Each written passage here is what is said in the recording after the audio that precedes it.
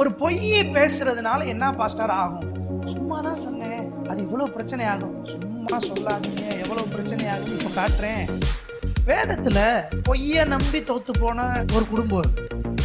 எதையுமே மிகைப்படுத்தாதீங்க, மிகைப்படுத்தினாலே அது பொய். சுத்தி பிசாசு இருக்கு, ஆனா அந்த சுத்தி இருக்கிற பிசாசுக்கு மத்தியில தான் சாட்சியா இருக்க தேவன் சொல்றாரு. பிசாசு எப்பயுமே இந்த சாட்சியை தான் கெடுக்கிறதுக்கான வேலையை செய்வான். அப்ப வேலை ஸ்தலத்துல நம்ம கடைபிடிக்க வேண்டிய ரொம்ப முக்கியமான ஒரு டூல் சாட்சி. உனக்குள்ள இருக்கிற இந்த நல்ல சாட்சி இந்த மக்கள் பார்க்கும்படிக்கு இருக்கட்டும். இந்த கிறிஸ்தவ வாழ்க்கையில நம்ம சாட்சி ரொம்ப முக்கியம். அப்ப அந்த சாட்சியை மெயின்டைன் பண்ணணும். அதுக்கு ரொம்ப அடித்தளமான காரியம் பொய் பேசுறத கேட்கவும் கூடாது, நம்பவும் கூடாது. பொய்ய நம்மளும் பேச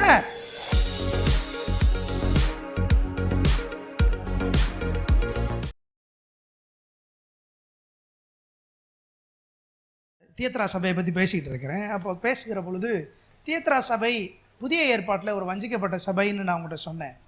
எதுலலாம் வஞ்சிக்கப்பட்டிருக்குன்றதை நான் பேசுகிறேன். பண விஷயத்தில் தியேத்ரா சபை வஞ்சிக்கப்பட்டது போல இன்றைக்கும் ஏராளமான சபை மக்கள் பண விஷயத்தை பிசாசு அவர்களை வஞ்சிக்கிறான், ஏமாற்றுகிறான். நம்ம வச்சிருக்கிற பணத்தில் சாட்சி இருக்கா இல்லையா? இருக்கா இல்லையா? அதை பற்றி தான் பேச போகிறேன் இன்னைக்கு. சாட்சி ரொம்ப முக்கியம். மத்தேயு 5:16 படி சீக்கிரம். கிறிஸ்தவ வாழ்க்கையில் சாட்சி ரொம்ப முக்கியம். பிசாசு எப்பயுமே இந்த சாட்சியை தான் கெடுக்கிறதுக்கான வேலையை செய்வான். இவ்விதமாய் மனுஷர் உங்கள் நற்கிரியைகளை கண்டு பரலோகத்தில் இருக்கிற உங்கள் பிதாவை மகிமைப்படுத்தும்படி உங்கள் வெளிச்சம் அவர்கள் முன்பாக பிரகாசிக்க கடவது. நம்முடைய சாட்சி யார் முன்னாடி இருக்கட்டும்? நம்முடைய சாட்சி இவ்விதமாய் மனுஷன் உங்கள் நற்கிரியைகளை கண்டு பரலோகத்தில் இருக்கிற உங்கள் பிதாவை மகிமைப்படுத்த. இப்போ நல்லா கவனிங்க, சாட்சியை தேவன் என்ன செய்யறாருன்னா, உனக்குள்ள இருக்கிற இந்த நல்ல சாட்சி இந்த மக்கள் பார்க்கும்படிக்கு இருக்கட்டும். நீ பரிசுத்தமா இருக்கிற அப்படின்னு சொல்லிட்டு ஒரு நாடகம் போடணும்னு அவசியம் கிடையாது. நீ பரிசுத்தமா இருக்கியா இல்லையான்னு சொல்லி உன்னுடைய சாட்சியை என்ன செஞ்சிடும்? காட்டிடுவோம். நீ வேலை ஸ்தலத்தில் எப்படி இருக்கிறன்றதுக்கு நான் ரொம்ப பரிசுத்தவாட்டின்னு சொல்லணும்னு அவசியம் கிடையாது, பரிசுத்தவான் என்று சொல்லணும்னு அவசியம் கிடையாது. உன் சாட்சியே போதும். கர்த்தர் சொல்றாரு, இவ்விதமாய் மனுஷர்கள் உங்கள் நற்கிரியைகளை கண்டு பரலோகத்தில் இருக்கிற உங்கள் பிதாவை மகிமைப்படுத்தும்படிக்கு. அப்ப நீங்க சாட்சியா இருக்கிறீங்க அப்படின்னு சொல்லி சொன்னா அந்த சாட்சியின் மூலமா யார் மகிமைப்பட போறா? பிதாவாய் தேவன். தேவ பிள்ளையே கவனிங்க, நம்மளுடைய சாட்சியை தேவன் விரும்புகிறார். நம்ம இந்த பூமியில எப்படி இருக்கணும்? ரெண்டே கேள்வி கேட்கிறேன், கரெக்டா பதில் சொல்லுங்க. நீங்க பக்தியா இருக்கணுமா, சாட்சியா இருக்கணுமா? அப்ப வேஷம் போடக்கூடாது. பக்திமான்கள் தான் வேஷம் போடுவாங்க, சாட்சியா இருக்கிறவங்க வேஷம் போடணும்னு அவசியம் ரொம்ப முக்கியம். கிறிஸ்தவனுக்கு நீங்க சாட்சியா இருக்கிறீங்களா? தேவன் அதைத்தான் திருப்பி திருப்பி உங்கள்கிட்ட கேட்கிறாரு. உங்களுடைய குவாலிட்டி சாட்சியா இருக்கா? உங்களுக்கு கனிகள் வெளிப்பட்டிருக்கா? கிறிஸ்தவ வாழ்க்கையில உனக்கு கனி வெளிப்பட்டிருக்கா? தேவன் வச்சிருக்கிற அந்த கனிகள் அதுதான் சாட்சியாக போகுது. அதை தான் ஜனங்கள் பார்க்க போறாங்க. சாட்சி ரொம்ப முக்கியம். நம்ம பேசுறது, நம்ம வேலை பார்க்குற இடத்துல நம்ம நடந்துக்கிறது, இதெல்லாம் ரொம்ப முக்கியம். பாருங்க, ஆண்டவர் சொல்றாரு எபேசியர் 2:1 நற்கிரியைகளை நம்ம செய்கிறதுக்கு கிறிஸ்துவுக்குள்ள நம்ம பிறந்திருக்கோமா? எபேசியர் 2:1 அக்கிரமங்களினாலும் பாவங்களினாலும் மரித்தவர்களாயிருந்த உங்களை உயிர்ப்பித்தார். இந்த பாவத்துல மரிச்சிருந்த நம்மள தேவன் உயிர்ப்பித்தார். பாருங்க, எபேசியர் 2:10 ஏனெனில் நற்கிரியைகளை செய்கிறதற்கு நாம் கிறிஸ்து இயேசுவுக்குள் சிருஷ்டிக்கப்பட்டு தேவனுடைய செய்கையாயிருக்கிறோம். அவைகளில் நாம் நடக்கும்படி அவர் முன்னதாக அவைகளை ஆயத்தம் பண்ணி இருக்கிறார்.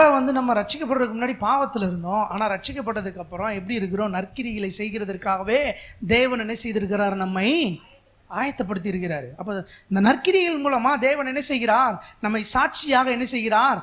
வைக்கிறார். நான் போன வாரம் சொன்னேன், வேலை பார்க்கறது எவ்வளவு முக்கியம். அந்த வேலை ஸ்தலத்தில் நம்ம சாட்சியாக இருக்கிறோமன்றதான் ரொம்ப முக்கியம். அப்போ வேலை ஸ்தலத்தில் நம்ம கடைபிடிக்க வேண்டிய ரொம்ப முக்கியமான ஒரு டூல் சாட்சி. சத்தமாக சொல்லுங்க, சாட்சி. பிசாசு நம்மளை ஏமாத்துறதுக்கு நம்ம என்ன செஞ்சிடக்கூடாது? விட்டுறக்கூடாது. 2 காரியம் பிசாசு நம்மளை ஏமாத்துற காரியம். 2 காரியத்தை நான் சொல்லிடுறேன். ஒன்று, பொய்யை நம்ம நம்பக்கூடாது. பொய்களை நம்ம நம்பக்கூடாது. இன்னொன்று, நம்ம என்ன செய்யக்கூடாது? சத்தமாக சொல்லுங்க. அடிப்படை என்ன பாஸ்டர் இதை போய் என்ன, இதெல்லாம் ரொம்ப முக்கியம். நம்ம வானத்தில் எப்படி இல்லாத ஒன்றை கொண்டு வரதை பற்றி பேசுறது இல்லை. கிறிஸ்தவ வாழ்க்கையில் பக்கத்தில் இருக்கிற அவிசுவாசி இவங்க கிறிஸ்தவங்கன்னு சொல்கிறதுக்கு நம்ம பேசிக்கிட்டு இருக்கிறோம். சத்தமாக சொல்லுங்க. பொய் பேசாதீங்க. சத்தமாக சொல்லுங்க. சும்மா சொன்னேன் பாஸ்டர், அது பொய், அதை கூட சொல்லாதீங்க. சும்மா தான் சொன்னேன், அது இவ்வளோ பிரச்சனை ஆகும். சும்மா சொல்லாதீங்க, எவ்வளோ பிரச்சனை ஆகும்னு இப்போ காட்டுறேன்.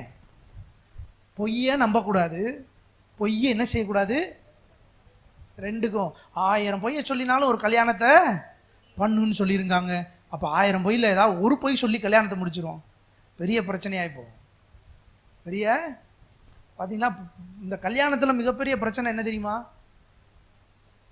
இந்த கல்யாணம் முடிக்கும் போது பொண்ணையும் மாப்பிள்ளையும் பார்த்தீங்கன்னா ஆகா ஓகோன்னு சொல்லி கல்யாணத்தை முடிச்சு வச்சுருவாங்க. கல்யாணம் முடிக்கும் போது மாப்பிள்ளையா இவ்வளோ சம்பாதிக்கிறாரு, மாப்பிள்ளைக்கா அவ்வளோ சம்பாதிக்கிறாரு, பொண்ணா அது இப்படி. கடைசியாக பார்த்தா மாப்பிள்ளை அவ்வளோ சம்பாதிக்க மாட்டார், சம்பாத்தியம் கம்மியாக தான் இருக்கு.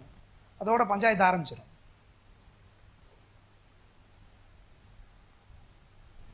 கவனிங்க, எதையுமே மிகைப்படுத்தாதீங்க.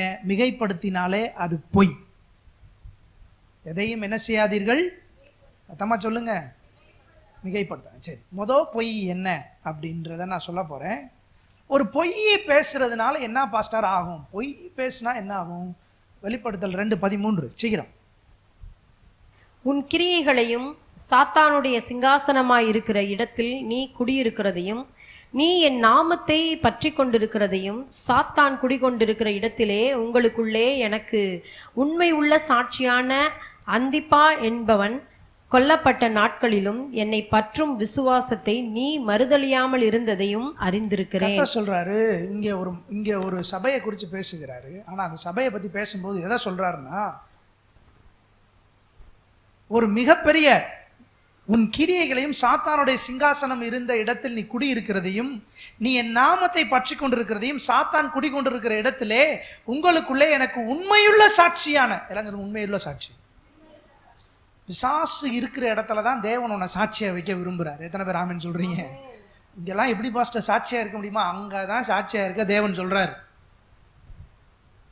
சுத்தி பிசாசு இருக்கு, ஆனா அந்த சுத்தி இருக்கிற பிசாசுக்கு மத்தியில தான் சொல்லுங்க இருட்டு எங்க இருக்கு? இருட்டு எங்க இருக்கு? வெளிச்சம் இருக்கிற இடத்துல தான் இருட்டு இருக்கு. எத்தனை பேர் ஆமென் சொல்றீங்க? லைட் அமர்த்தி பாருங்க, தெரியும். வெளிச்சத்தின் வாசப்படியில தான் இருட்டே இருக்கு. நீங்க இருட்டை தேடி ரொம்ப அலையன்னு அவசியம் கிடையாது. லைட் அமர்த்திட்டீங்கன்னா இருட்டு ஆட்டோமேட்டிக்கா வந்துடும். அப்படின்னா என்ன அர்த்தம்? இருட்டு அங்கதான் இருக்கு. தேவன் உங்களை எப்படி வச்சிருக்கிறாரு? நீங்கள் உலகத்துக்கு வெளிச்சமா இருக்கிறீங்கன்னு ஏன் சொல்றாருன்னா, இருட்டுக்குள்ள வச்சுதான் கர்த்தர் உங்களை சொல்றாரு. ஆண்டவர் சொல்றாரு, நான் உங்களை எங்க அனுப்புறேன்? நரிகளுக்குள்ள அனுப்புறேன்னு சொல்றாரு. சீசர்களை பார்த்து என்ன சொல்றாரு? நான் உங்களை எங்க அனுப்புறேன்? நரிகளுக்குள்ள. அப்பனா என்ன அர்த்தம்? ஜாக்கிரதையா இரு தம்பின்னு அர்த்தம். ஜாக்கிரதையா இருங்க, உங்களை இவங்க என்ன செஞ்சிடக்கூடாது? கரப்படுத்திடக்கூடாது. ஆகையினாலே நீ அவர்களை விட்டு பிரிந்து சென்று அசுத்தமானதை தொடாது இருங்கள். நீ அங்கதான் இருப்ப. நீ அங்க இருந்தா கூட எனக்கு என்னவாயிரு? சாட்சியா இரு, எனக்கு வெளிச்சமாயிரு, எனக்கு உப்பாக இரு. அப்ப நம்ம எங்க இருந்தாலும் தேவனுக்கு சாட்சியா இருக்கிறது தான் ரொம்ப முக்கியம். நம்முடைய கிறிஸ்தவ வாழ்க்கையில நம்ம சாட்சி ரொம்ப முக்கியம். அப்ப அந்த சாட்சியை மெயின்டைன் பண்ணணும். அதுக்கு ரொம்ப அடித்தளமான காரியம் பொய் பேசுறத கேட்கவும் கூடாது, நம்பவும் கூடாது. பொய்யை நம்மளும் பேச என்ன பாஸ்டர் சண்டே கிளாஸ் பிள்ளைகளுக்கு சொல்லித்தர மாதிரி சொல்லித்தரீங்க? கண்டிப்பாக அப்படி தான் சொல்லித்தருவேன். ஏன்னா இங்கே வந்தீங்கன்னா ஒன்று ஒன்றா தான் சொல்லித்தருவேன். நம்மளோட வாழ்க்கை மாறாமல் ஆண்டவர் பெரிய காரியம் செய்ய முடியாது. எத்தனை பேர் ஆமென் சொல்கிறீங்க? நம்மளோட வாழ்க்கை மாறணும் தேவ பிள்ளையே. பொய் பேசாதன்றது கற்பனை. ஆமாவா இல்லையா? ஆமாவா இல்லையா? அப்புறம் ஏன் அது ஆண்டவரை மேட்ரு இல்லை அப்படின்னு சொல்லி சொன்னா அதை சொன்னாருன்னா, ஏன்னா பொய் என்பது அது தேவனுக்கு அருவருப்பானது. வேதம் சொல்லுகிறது, தேவன் பொய் உரையாதவர். அவர் பொய் சொல்ல மனிதன் அல்ல, மனமாற மனுபுத்திரர் அல்ல. ஆனா தேவன் பொய் சொல்ல மாட்டாரு. ஆனா பிசாசை பத்தி சொல்லும் போது என்ன சொல்றாரு? அவன் பொய்யனும் பொய்க்கு பிதாவுமா இருக்கிறான், அவன் தன் சொந்தத்திலிருந்து எடுத்து. அப்போ ரொம்ப பெரிய டிஃபரன்ஸ் இருக்கு. வேலை பார்க்குறியா, என்னவோ அதை மட்டும் சொல்லு, எக்ஸ்ட்ரா சொல்லாத. கவனிங்க, வேதத்தில் பொய்யை நம்பி தோத்து போன ஒரு குடும்பம் இருக்கு. எந்த குடும்பம்? பொய்யை நம்பி தோத்து போன குடும்பம் இது. ஆதாமும் ஏவாளும். கரெக்டாக சொல்லிட்டா. ஆதாமும் ஏவாளும் பொய்யை நம்பி தோத்து போன குடும்பம். ஆவியானவருடைய அபிஷேகத்தினால் நிறைஞ்ச தீர்க்கதரிசி. அவர் எப்படி வாழ்க்கையில் தோத்து போனார், அவர் எப்படி பொய்யை நம்பி ஏமாந்து போனாருன்றது தான் இன்னைக்கு கதையே. திருப்புங்க எல்லோரும் 1 ராஜாக்கள் புஸ்தகம் 13வது அதிகாரம் 1வது வசனம். சும்மா கூட போய் பேசக்கூடாது, அது எவ்வளோ டேஞ்சர்ன்றதை தான் காட்ட போகிறேன். யெரொபெயாம் தூபம் காட்ட பலிபீட தண்டையிலே நிற்கையில், இதோ தேவனுடைய மனுஷன் ஒருவன் கர்த்தருடைய வார்த்தையின்படியே யூதாவிலிருந்து பெத்தேலுக்கு வந்து அந்த பலிபீடத்தை நோக்கி, பலிபீடமே பலிபீடமே, இதோ தாவீதின் வம்சத்தில் யோசியா என்னும் பேருள்ள ஒரு குமாரன் பிறப்பான். அவன் உன்மேல் தூபம் காட்டுகிற மேடைகளின் ஆசாரியர்களை உன்மேல் பலியிடுவான். மனுஷரின் எலும்புகளும் உன்மேல் சுட்டரிக்கப்படும் என்பதை கர்த்தர் உரைக்கிறார் என்று கர்த்தருடைய வார்த்தையை கூறி. போதும். யெரொபெயாம்ன்றது ஒரு ராஜா, சரிங்களா? யெரொபெயாம் இந்த ராஜா ஒரு பலிபீடத்தை கட்டி அதுக்கு பூசை வைக்கிறார், சாமி கும்பிட்றார். அப்போ என்ன நடக்குதுன்றதான் கதை. இது எங்க நடக்குது அப்படின்னா பெத்தேல்ல நடக்குது. எங்க நடக்குது? பலிபீடம் எங்கேயும் எப்பயுமே எங்க இருக்கும்? எப்பயுமே எருசலேம்ல தான் பலிபீடம் இருக்கும். ஏன்னா அங்கதான் என்ன இருந்துச்சு? கர்த்தருடைய ஆலயம் இருந்துச்சு. இந்த யெரொபெயாம் என்ன செஞ்சான் அப்படின்னா, இவனுக்கு இன்னொரு ராஜா யூதாவை அரசாண்டுகிட்டு இருந்தான். அவன் பேரு ரெகபெயாம். அந்த ரெகபெயாம் யூதாவின் ராஜாவா இருக்கிறதுனால, இவன் இஸ்ரவேலின் ராஜாவா இருக்கிறதுனால, ரெகபெயாம யூதாக்கு போய் இந்த ஜனமெல்லாம் யூதாவில் சேர்ந்துட கூடாதுன்றதுக்காக பெத்தேல்லையே ஒரு கோயிலை கட்டிட்டான். என்ன செஞ்சிட்டான்? பெத்தேல்லையே. இந்த சம்பவம் எல்லாம் அப்படியே 12வது அதிகாரத்தில் இருக்கு. வாசிங்க 12வது அதிகாரம் 27வது வசனம். இந்த ஜனங்கள் எருசலேமில் உள்ள கர்த்தருடைய ஆலயத்திலே பலிகளை செலுத்த போனால், இந்த ஜனங்களின் இருதயம் யூதாவின் ராஜாவாகிய ரெகபெயாம் என்னும் தங்கள் ஆண்டவன் வசமாய் திரும்பி, அவர்கள் என்னை கொன்று போட்டு யூதாவின் ராஜாவாகிய ரெகபெயாமின் பாரிசமாய் போய்விடுவார்கள் என்று தன் மனதிலே சிந்தித்துக் கொண்டிருந்தான். ஆகையால் ராஜாவானவன் யோசனை பண்ணி பொன்னினால் 2 கன்றுக்குட்டிகளை உண்டாக்கி ஜனங்களை பார்த்து, நீங்கள் எருசலேமுக்கு போகிறது உங்களுக்கு வருத்தம். இஸ்ரவேலரே, இதோ இவைகள் உங்களை எகிப்து தேசத்திலிருந்து வரப்பண்ணின உங்கள் தேவர்கள் என்று சொல்லி ஒன்றை பெத்தேலிலும் ஒன்றை தானிலும் ஸ்தாபித்தான். இந்த காரியம் பாவமாயிற்று. ஜனங்கள் இந்த ஒரு கன்றுக்குட்டிக்காக தான் மட்டும் போவார்கள். அவன் மேடையாகிய ஒரு கோவிலையும் கட்டி லேவியின் புத்திரராயிராத ஜனத்தின் ஈனமாயவர்களை ஆசாரியராக்கினான். யூதாவில் ஆசரிக்கப்படும் பண்டிகை கொப்பாக 8ஆம் மாதம் 15ஆம் தேதியிலே யெரொபெயாம் ஒரு பண்டிகையையும் கொண்டாடி பலிபீடத்தின் மேல் பலியிட்டான். அப்படியே பெத்தேலிலே தான் உண்டாக்கின கன்றுக்குட்டிகளுக்கு பலியிட்டு தான் உண்டு பண்ணின மேடைகளின் ஆசாரியர்களை பெத்தேலிலே ஸ்தாபித்து தன் மனதிலே தானே நியமித்து கொண்ட 8ஆம் மாதம் 15ஆம் தேதியிலே பெத்தேலின் தான் உண்டாக்கின பலிபீடத்தின் மேல் பலியிட்டு இஸ்ரவேல் புத்திரருக்கு பண்டிகையை ஏற்படுத்தி பலிபீடத்தின் மேல் பலியிட்டு தூபம் காட்டினான். இதுதான் பிரச்சனை. என்ன செஞ்சிட்டாரு இவரு? அதுக்கப்புறம் நீங்கள் படித்து பார்த்தீங்கன்னா ரொம்ப பாவத்தையும் அக்கிரமத்தையும் ரொம்ப கொண்டு வந்துட்டான். ஒரு கண்ணுக்குட்டியை, இதுதான்டா கடவுள், உங்களுக்கு யெகோவா தேவன்லாம் கிடையாது, கண்ணுக்குட்டி தான் உங்களுக்கு கடவுள்னு சொல்லி கடவுளை உண்டாக்கி கோயிலை கட்டி யாரும் எங்கே போயிடக்கூடாது? எருசலேமுக்கு போயிடக்கூடாது.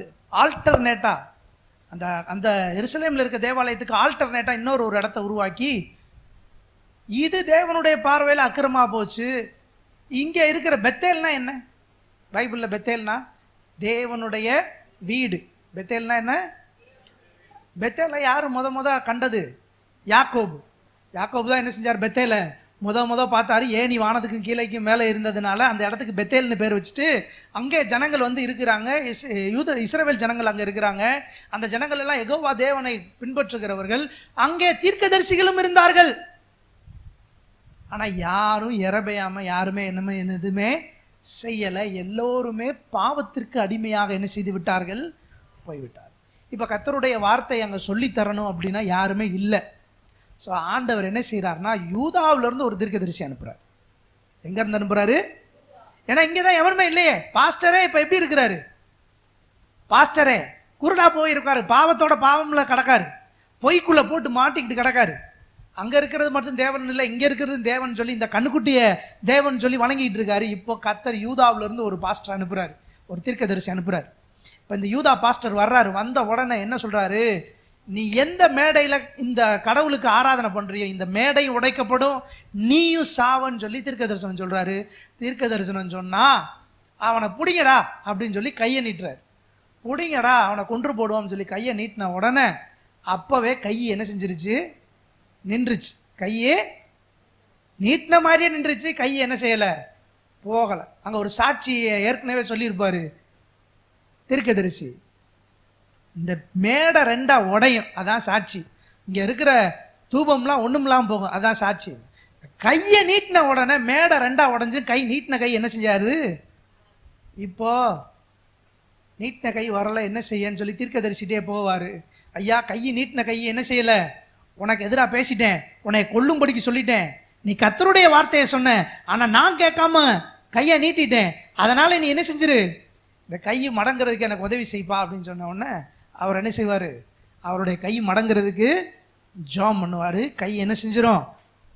மறுபடியும் மடங்கும். இது ஸ்டோரி. இப்போ ராஜா சொல்லுவார், எப்பா நீ உண்மையான தீர்க்கதரிசியாக இருக்க, நீ என் கூட வந்து என்ன செய்ய, வந்து சாப்பிடு. நான் கதை சொல்கிறேன், வீட்டில் போய் நீங்கள் பைபிளில் படிங்க, படித்து இந்த கதையை தெரிஞ்சுக்கிங்க. ஸோ மறுபடியும் தீர்க்கதரிசி என்ன செய்வார்? தீர்க்கதரிசியை பார்த்து ராஜா சொல்லுவார், வாயா என் கூட வந்து என்ன செஞ்சுட்டு போ, ஒரு வாய் காப்பி தண்ணி வந்து சாப்பிட்டு போ. ஆண்டவர் ஏற்கனவே என்கிட்ட சொல்லி விட்டாரு. என்ன சொன்னார்? உங்கள் ஊரில் பச்சை தண்ணியோ பட்டரில் வச்ச பிரெட்டோ என்ன செய்யக்கூடாது? சாப்பிடக்கூடாதுன்னு சொல்லி விட்டுருக்காரு ஆண்டவர் அப்படின்னு சொல்லிடுறாரு. அப்போ ஆண்டவர் சொன்னால் நீ என்ன செஞ்சிரு? போயிரு.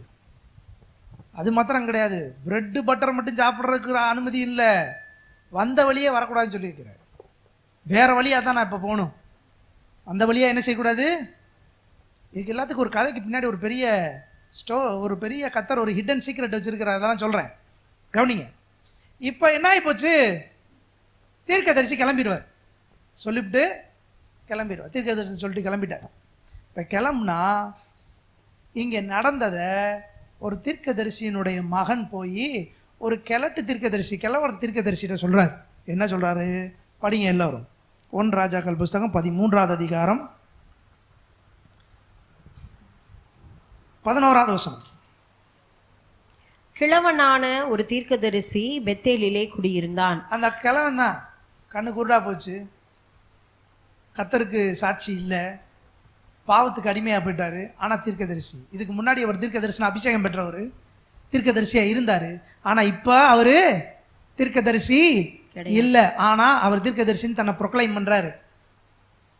அவன் குமாரர் வந்து தேவனுடைய மனுஷன் அன்றைய தினம் பெத்தேலிலே செய்த எல்லா செய்கைகளையும் அவன் ராஜாவோடே சொன்ன வார்த்தைகளையும் தங்கள் தகப்பனுக்கு அறிவித்தார்கள்.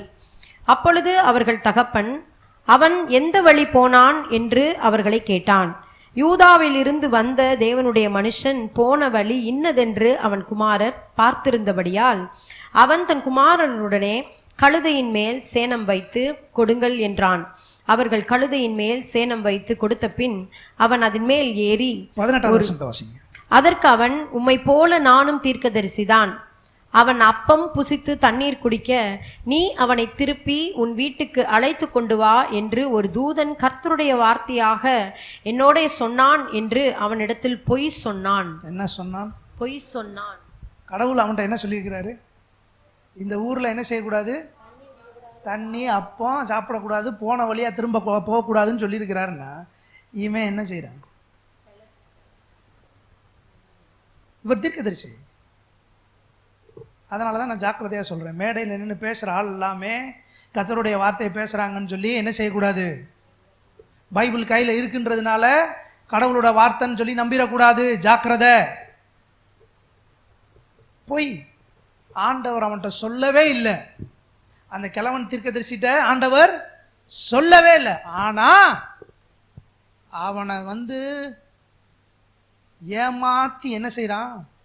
ஒரு தூதன் வந்தான் என்னட்ட. யார் வந்தா? யாராவது என்னட்ட இப்ப என் வீட்டுக்குள்ள தூதன் வந்தான்னு சொன்னோன்னு ஜாக்கிரதையா இருந்துக்குங்க. ஆண்டவர் வந்தார், தூதன் வந்தார்னு சொல்லி என்கிட்ட யாராவது சொன்னாங்க, உங்கள்கிட்ட யாராவது சொல்றாங்க அப்படின்னா ஜாக்கிரதை.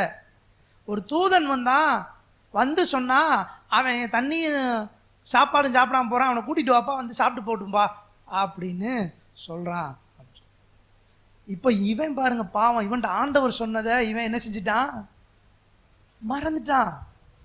இவன் ஆண்டவர் ஒரு தூதன் சொன்னாருன்னு சொன்ன உடனே ஏமாந்துட்டான். ஏமாந்தா இப்ப கதை எப்படி போகுது? சாப்பிட்றதுக்கு return back to the place, சாப்பிட்றதுக்கு போயாச்சு. சாப்பிட்டுக்கிட்டு இருக்கும்போதே இப்போ ஆண்டவர் எந்த கிழவனை இதுவரையும் நிறைக்கலையோ, அது இப்போ வரையும் நிறைக்காத தேவன் மரண வார்த்தையை அவன் வாயில வைக்கிறார். யாருக்கு சொல்ல? இந்த நல்ல தீர்க்கதரிசிக்கு சொல்ல. இந்த பொய்யான தீர்க்கதரிசி வாயில தேவன் மரணத்தை வைக்கிறார். என்ன சொல்றாரு? நீ போற வழியில செத்து போயிடுவ. போற வழியில தப்பு யாரு செஞ்சா தண்டனை யாருக்கு? தப்பு யாரு செஞ்சா தண்டனை யாரு? சொல்லுங்க பாஸ்டர்.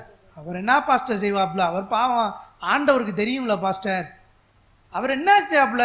இவன் பொய் சொன்னதுக்கு அவனா காரணம்? உன்ட்ட ஆண்டவர் என்ன சொன்னாருன்றத பைபிள் சொல்லிருச்சு, வார்த்தை சொல்லிருச்சு. போ சாப்பிடாதன்னு சொல்லிருச்சு. அப்புறம் ஆண்டவர் இதையும் செஞ்சுக்கலாம் அப்படின்னு சொல்லி உன்னை கூப்பிடுறாருன்னு சொல்லி கேட்கும் போதே உனக்கு யோசனை வந்திருக்கணும், இது தோட்டத்தில் வந்த சத்தம்னு.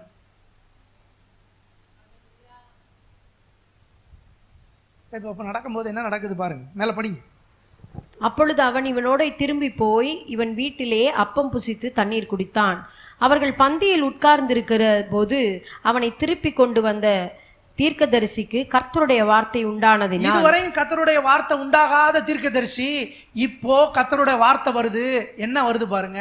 அவன் யூதாவில் இருந்து வந்த தேவனுடைய மனுஷனை பார்த்து சத்தமிட்டு, உன் தேவனாகிய கர்த்தர் உனக்கு கற்பித்த கட்டளையை நீ கை கொள்ளாமல் கர்த்தருடைய வாக்கை மீறி அப்பம் புசிக்கவும் தண்ணீர் குடிக்கவும் வேண்டாம் என்று அவர் விளக்கின ஸ்தலத்திற்கு நீ திரும்பி அப்பம் புசித்து தண்ணீர் குடித்தபடியினால் உன்னுடைய பிரேதம் உன் பிதாக்களின் கல்லறையிலே சேருவது இல்லை என்று கர்த்தர் சொல்லுகிறார் என்றான். சேர்ந்து சாப்பிட்டது குத்தமா? ஆமா, நிறைய பேர் இப்படிதான் இருக்கிறாங்க. ஏன் பாஸ்டர் இதை சொன்னீங்க? பொருளாதார ஆசீர்வாதத்தை பற்றி நிறைய பேருக்கு இருக்கிற தவறான எண்ணத்தை நிறைய பேருக்கு, நிறைய விசுவாசிகளுக்கு இப்படி தான் கலந்து விடுறாங்க. கர்த்தர் சொல்றாரு, நீ பொருளாதாரத்தை நம்பாத. இதெல்லாம் என்ன? இந்த கதை தான், இந்த பொய்யை நம்புறது தான். பாஸ்டர் அவரு ஆண்டவருடைய ஊழியக்காரர் தானே, இந்தா பார்த்துக்குங்க, அவரும் தீர்க்கதரிசி தான். பொய்யை நம்புனா வழியில என்ன நடக்குது பாருங்க. அவன் போஜனம் பண்ணி முடித்த பின்பு அந்த தீர்க்கதரிசியை திருப்பி கொண்டு வந்தவன் அவனுக்கு கழுதையின் மேல் சேணம் வைத்து கொடுத்தான். அவன் போன பிற்பாடு வழியிலே ஒரு சிங்கம் அவனுக்கு எதிர்பட்டு அவனை கொன்று போட்டது. அவன் பிரேதம் வழியிலே கிடந்தது, கழுதை அதன் அண்டையிலே நின்றது, சிங்கமும் பிரேத தண்டையிலே நின்றது. சிங்கம் அவனை சாப்பிடல, சிங்கத்துக்கு பசி இல்லை. ஆனா சிங்கத்துக்கு ஆண்டவர் சொல்லியிருக்கிறாரு, இவன் கற்பனையை மீறிட்டான், அவனை கொன்று.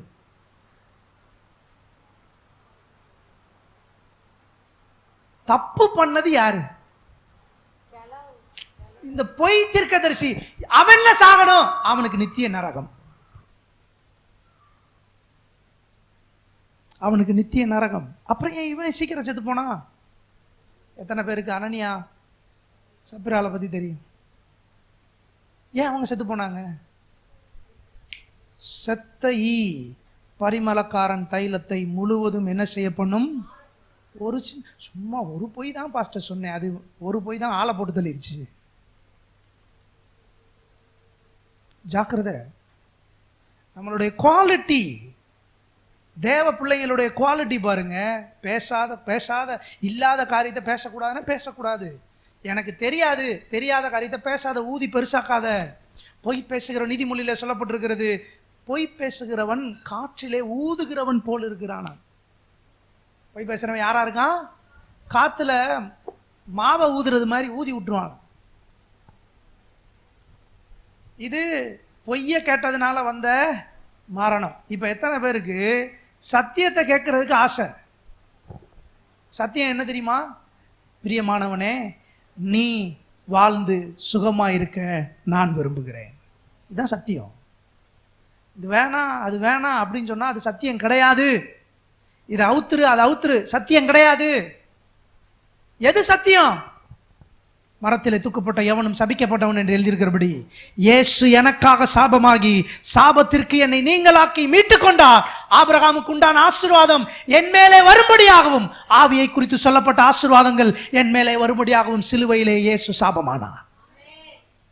கர்த்தர் சொல்றாரு, நான் ஐஸ்வர்யம் உள்ளவனாக இருந்தும் என்னுடைய தரித்திரத்தினாலே நீங்கள் ஐஸ்வர்யவான்களாக மாறும்படிக்கு அவர் சிலுவையிலே தரித்திரரானார். நான் தரித்திரத்துல வாழ்றது தேவனுடைய பிரியம் கிடையாது. நான் இல்லாமையில வாழ்றது தேவனுடைய பிரியம் கிடையாது. நான் மற்றவங்களை பார்த்து இலக்கரிச்சு வாழ்றது தேவனுடைய பிரியம் கிடையாது. நான் தேவனுடைய பார்வையிலே விலையேற பெற்றவன். நான் நல்லா வாழணும்னு தான் தேவன் விரும்புகிறார். நான் நல்லா வாழ்றதுக்கு தான் தேவன் சத்தியத்தை கொடுத்திருக்கிறாரு. இல்லை என்ற வார்த்தை என் வாழ்க்கையில இனிமே கிடையாது. அதை நான் ஒரு நாள் நம்ப போறதே கிடையாது. அது எத்தனை பெரிய பிரசங்கி வந்து பிரசங்கம் பண்ணாலும் அது கிடையாது. என் வாழ்க்கையில தரித்திரத்தை அனுமதிக்க போக மாட்டேன். பொய் அது. பொய்ய நம்பின தீர்க்கதரிசி செத்து போன மாதிரி இன்னைக்கு பல சபைகள்ல பொய்ய நம்பி ஏராளமான விசுவாசிகள் மரித்து போனார்கள். அவங்க கல்லறையெல்லாம் ஒன்றும் இல்லாமல் போனது. அதான் பாருங்க, மைல்ஸ் மோன்றோன்ற ஒரு ஊழியக்காரர் சொல்லுவாரு, இந்த உலகத்திலே மிகப்பெரிய பணக்கார தேசம் எதுனா கல்றதான். ஏன்னா அவ்வளவு கல்றலையும் பெரிய பெரிய பணக்காரன் ஆஸ்திகளை அனுபவிக்காம செத்து அமைதியா கிடக்கான். கர்த்தர் அவனுக்காக வச்சிருந்த எதையும் அனுபவிக்காம. தேவன் சொல்றாரு, நான் உனக்கு அறிவுறுத்துறேன், மனசுல ஆழமா வச்சுக்க. நீ இருக்கிற தேசம் நல்ல தேசம், பாலும் தேனும் ஓடுகிற தேசம். நீ அங்கே வீடுகளை கட்டி குடியிருக்க முடியும். வெள்ளியும் பொன்னும் உனக்கு பெருகும், உன் ஆடு மாடுகள் உனக்கு பெருகும். இதுதான் தேவனுடைய திட்டம். என்னை குறிச்ச தேவனுடைய திட்டமே விருத்தி தான். நான் பொய்ய நம்ப போறது இல்லை. எத்தனை பேர் ஆமைன்னு சொல்றீங்க? யாராவது வந்து உங்கள்ட்ட சொன்னா நமக்கு என்ன, நம்ம வாழ்க்கையே இப்படிதான், நம்ம இப்படிதான் கிடையாது. அந்த பொய்யை நான் நம்ப மாட்டேன். கர்த்தர் என்னை குறித்து என் கால்களை தேவன் மான் கால்களை போல மாற்றி என்னை உயரமான ஸ்தானங்களின் மேல் ஏறி வர பண்ணி இருக்கிறார். அதான் என்னை குறித்த தேவனுடைய திட்டம். எத்தனை பேர் ஆமைன்னு சொல்றீங்க? ஒரு நாளும் நான் வந்து பொய்ய அக்செப்ட் பண்ண மாட்டேன். உன் பிள்ளைங்க எப்படி இருக்க போறாங்க? என் பிள்ளைகள் என் பந்தியை சுற்றிலும் ஒளிவ மர கன்றுகளை போல இருக்க போகிறார்கள். நான் இப்படித்தான் நம்புறேன், நான் இப்படித்தான் விசுவாசிக்கிறேன். நான் பொய்ய நம்ப மாட்டேன். ஒரு தடவை அதனாலதான் பாருங்க, பிசாசுக்கு தெரியும், ஏதேன் தோட்டத்துல பொய்ய பேசி எல்லாத்தையும் வெளியேற்றின மாதிரி இந்த இயேசுவையும் பொய்ய சொல்லி வெளியேற்றிடலாம். என்ன சொன்னா பாருங்க, ஏப்பா காலில் மட்டும் விழுந்து எந்திரிச்சிரு, எல்லாத்தையும் உனக்கு தந்திருப்பான்னு நினைக்கிறீங்க? நம்ம இன்னொரு மேசியா வர காத்துக்கிட்டு தான் இருந்திருக்கு. இப்போ எல்லாரும் சொல்றாங்க இன்னொரு மேசியா வருவாருன்னு, அவருக்காக காத்துக்கிட்டு தான் இருந்திருக்கணும். ஆனால் நான் சொல்றேன், அவர் வந்து பிசாசை ஜெயிச்சு அவன் தலையை மிதிச்சு எல்லாவற்றையும் என்னுடைய வெற்றியை என் கையில் கொடுத்துட்டாரு. இனிமே நான் எந்த மேசியா வரவும் காத்திருக்கல, அவர் ஏற்கனவே வந்துட்டார். அவர் சொல்றாரு, நீ நல்லா இருப்ப. எத்தனை பேர் ஆமென் சொல்றீங்க? சரி, இன்னொரு பொய் என்ன? பொய் கேட்கக்கூடாது, நம்பக்கூடாது. இன்னொரு பொய் பேசக்கூடாது. பொய் திருப்புங்க, நீதிமொழிகள் 21 முடிச்சிடறேன், அவ்வளோதான். நீதிமொழிகள் 21:6. பொய் நாவினால் பொருளை சம்பாதிப்பது சாவை தேடுகிறவர்கள் விடுகிற சுவாசம் போல் இருக்கிறது. எதனால சம்பாதிக்க கூடாது? பொய் பேசி என்ன செய்யக்கூடாது? கைப்பாடா சேர்க்கலாம். பொய் பேசி என்ன செய்யக்கூடாது? கர்த்தர் ஆசீர்வாதம் ஐஸ்வரியத்தை தரும், அதனுடைய தேவன் என்ன செய்ய மாட்டார்? அடிப்படையான கிறிஸ்தவ எண்ணங்கள் உங்களுக்குள்ள வரட்டும். சின்ன காரியத்துக்கு கூட நீ பெரியவங்களா இருந்தாலும் சரி, சின்னவங்களா இருந்தாலும் சரி, பொய் பேசி காசு என்ன செய்யக்கூடாது? காசு பார்க்கக்கூடாது. ஏமாற்றுவது தான் இன்னைக்கு உலகத்தினுடைய மிகப்பெரிய கோட்பாடு. ஆனால் கர்த்தருடைய ஆவியான சொல்லுகிறார், பொய் பேசி சம்பாதிக்கிறது எதுக்கு அடையாளம்? சாவை தேடுகிறவனுக்கு விடுகிற சுவாசம். சாக போறவன் விடுற சுவாசமா? கடைசியா எப்படி சாக போறவன் விடுவான்? அப்பாடி சம்பாரிச்சிட்டோம்டா. அது அப்பாடி இல்லை, அப்பாடி முடிஞ்சுடா, அதோட முடிஞ்சு. கடைசியாக நீதிமொழிகள் 29:12, அதிபதியானவன் பொய்களுக்கு செவி கொடுத்தால் அவன் ஊழியக்காரர் யாவரும் துன்மார்க்கராவார்கள். அதிபதியா? நீதான் அதிபதி. பொய்ய செவி கொடுக்காத, பொய்ய கேட்காத, பொய்ய பேசாத, நீ ராஜா. உனக்குள்ள ஒரு குவாலிட்டி இருக்கணும். அதிபதியா இருக்க விரும்புறியா, ராஜாவா இருக்க விரும்புறியா? பொய் பேசுறத கேட்காத, அதை நம்பாத, யாராவது பொய் சொல்றத ஏற்றுக்கொள்ளாத. அது மாத்திரம் கிடையாது, நீ பொய் பேசாத. சரி, என்னதான் செய்யறது? விசுவாசத்தினால் வராத எல்லாமே, ரோமர் 14:23 சொல்லுது, விசுவாசத்தினால் வராத எல்லாமே பாவம். அப்ப என்னதான் ரொம்ப முக்கியம்? விசுவாசிச்சு கொஞ்சம் கொஞ்சமா சேர்த்தாலும் பரவாயில்ல, விசுவாசத்தோட சேர்க்கணும். எதோட சேர்க்கணும்? வேதம் சொல்லுகிறது, விசுவாசிக்கிறவனுக்கு எல்லாம் கூடும், விசுவாசிக்கிறவனுக்கு எல்லாம் கூடும். நான் சொல்றேன், விசுவாசிங்கள். எப்படி விசுவாசிக்கணும்? கர்த்தருடைய வார்த்தையை கொஞ்சம் கொஞ்சமா விசுவாசிக்கணும். வேதம் சொல்லுகிறது, விசுவாசம் கேள்வியினாலே வரும், கேள்வி தேவனுடைய வார்த்தையினாலே வரும். எதை கேட்கணும்? இயேசுவை கேள்விப்படணும். எதை ஒவ்வொரு நாளும் கேட்கணும்? இயேசு சிலுவையிலே செய்து முடித்ததை கேட்கணும். இந்த காதும் கேட்கணும், இந்த வாய் பேசணும், இந்த காது கேட்கணும், இந்த வாய் பேசணும். இப்படி கொஞ்சம் கொஞ்சமா உங்களை நீங்க ஆயத்தப்படுத்துங்க. நான் சொல்றேன், கொஞ்ச நாள் ஆனதுக்கு அப்புறம் இது எப்படி அப்படின்னா, மேக்னெட் அதுவா வந்துடாது. இரும்புக்குள்ள மேக்னெட்டிக் ஃபோர்ஸ்லாம் கிடையாது. மேக்னெட், அதாவது காந்தத்தினுடைய விசையை இரும்புக்குள்ள ஏத்துனாதான் வரும். காந்தத்தினுடைய விசையை என்ன செய்வாங்க? இரும்புக்குள்ள ஏத்துனாதான் என்ன செய்யும்? அது பொருள்களை என்ன செய்யும்? இருந்து இருக்கும். அப்படிதான் விசுவாசம். நீ ஒரு நாள்ல வந்துடாது. பணத்தை எப்படி விசுவாசம் கவர்ந்து இழுக்கும்னா, ஒரு நாள்ல கவர்ந்து இழுத்துறாது. இது இரவும் பகலும் கர்த்தருடைய வேதத்துல பிரியமாயிருந்து தியானமாயிருந்து, பிரியமாயிருந்து தியானமாயிருந்து அந்த வசனத்தை தியானிச்சுக்கிட்டே இருக்கிறவங்களுக்கு கர்த்தருடைய ஆவியானவர் சொல்லுகிறாரு, பணம் தேவையான நேரத்துல ஏற்ற வேலையில வரும், ஏற்ற வேலையில வரும். பொய் பேசி பணம் சம்பாதிக்க தேவையில்லை, யாரை ஏமாத்தி பணம் சம்பாதிக்க வேண்டிய அவசியம் கிடையாது.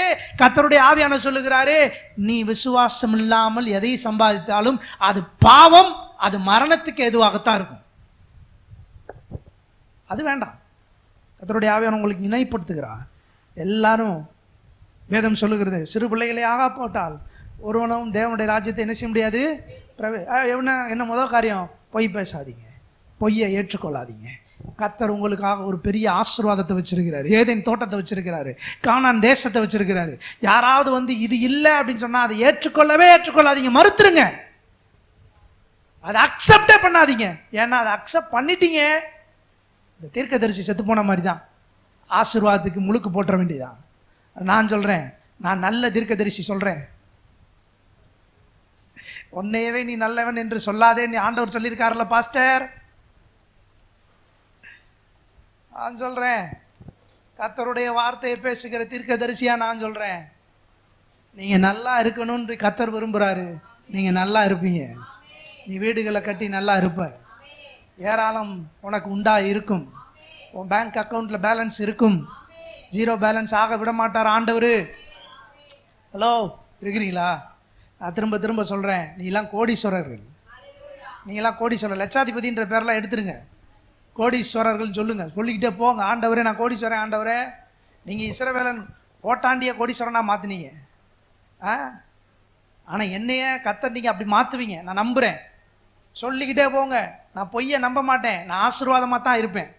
நான் பொய்யை நம்ப மாட்டேன், நான் தாழ்ச்சி இல்லாமல் அப்பம் புசிப்பேன். நான் பொய்யை நம்ப மாட்டேன், தேவனை ஆசீர்வதித்து என் தலையை உயர்த்துவா. என் பிள்ளைகள் கர்த்தராலே போதிக்கப்பட்டிருப்பாருடைய சமாதானம் பெரிதா இருக்கும். சமயத்தில் உன் பிள்ளையெல்லாம் இப்படி இவன்லாம் நல்லா வருவானான்னு பிசாசு உன் காதில் வந்து ஓதுவான். அப்போ நீ சொல்லு, என்ன சொல்லு? என் பிள்ளை கர்த்தராலே போதிக்கப்பட்டிருப்பார்கள், அவர்களுடைய சமாதானம் பெரிதா இருக்கும்.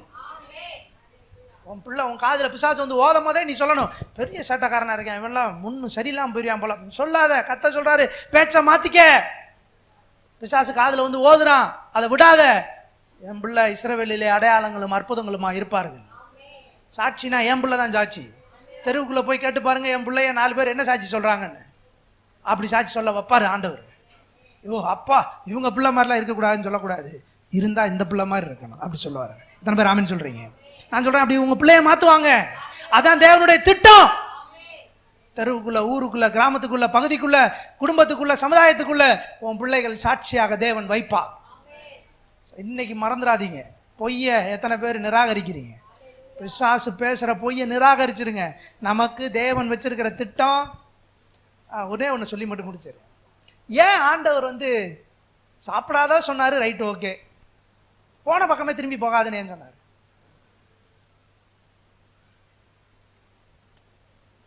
ஏன் போன பக்கம் திருப்பி போகாது, வேற பக்கம் போ அப்படின்னு சொல்லி சொன்னார்? ஏன் சொன்னார்? அதுவே ஒரு சாபம். ஏற்கனவே தரித்திரத்தில் தான் வந்திருக்கிறோம், திருப்பி தரித்திரத்துக்கு போகிறது தேவனுடைய திட்டம் கிடையாது.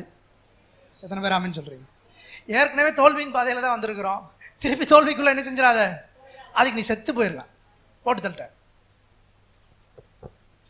ஹலோ, ஏன் இந்த பக்கம் ஆண்டவர் விடலை? இது பெரிய பாவ வாழ்க்கை, திருப்பி இங்கிட்டு போயிடாத. அதுக்கு நீ பாதியிலே செத்தா கூட போதும்டா, பரலோகம் வந்து சேர்ந்துருவ. இங்கிட்டு போனால் துன்மார்க்கமா போய் நரகத்துக்கு போயிடுவேன். அதான் செத்து போயிட்டான். திருப்பி போன பக்கத்தில் என்ன செஞ்சிடாத, அந்த பக்கத்தில் திருப்பி வரக்கூடாதுன்றதுக்கு கதையே இதுதான். பழைய வாழ்க்கைக்கு இனிமே திரும்புவது. பொய் பேசினேன், இனி பொய் பேசுறது இல்லை. சும்மா பேசினேன், இப்ப சும்மா பேசுறது இல்லை. தப்பா பார்த்தேன், இப்ப பார்க்கறது இல்லை.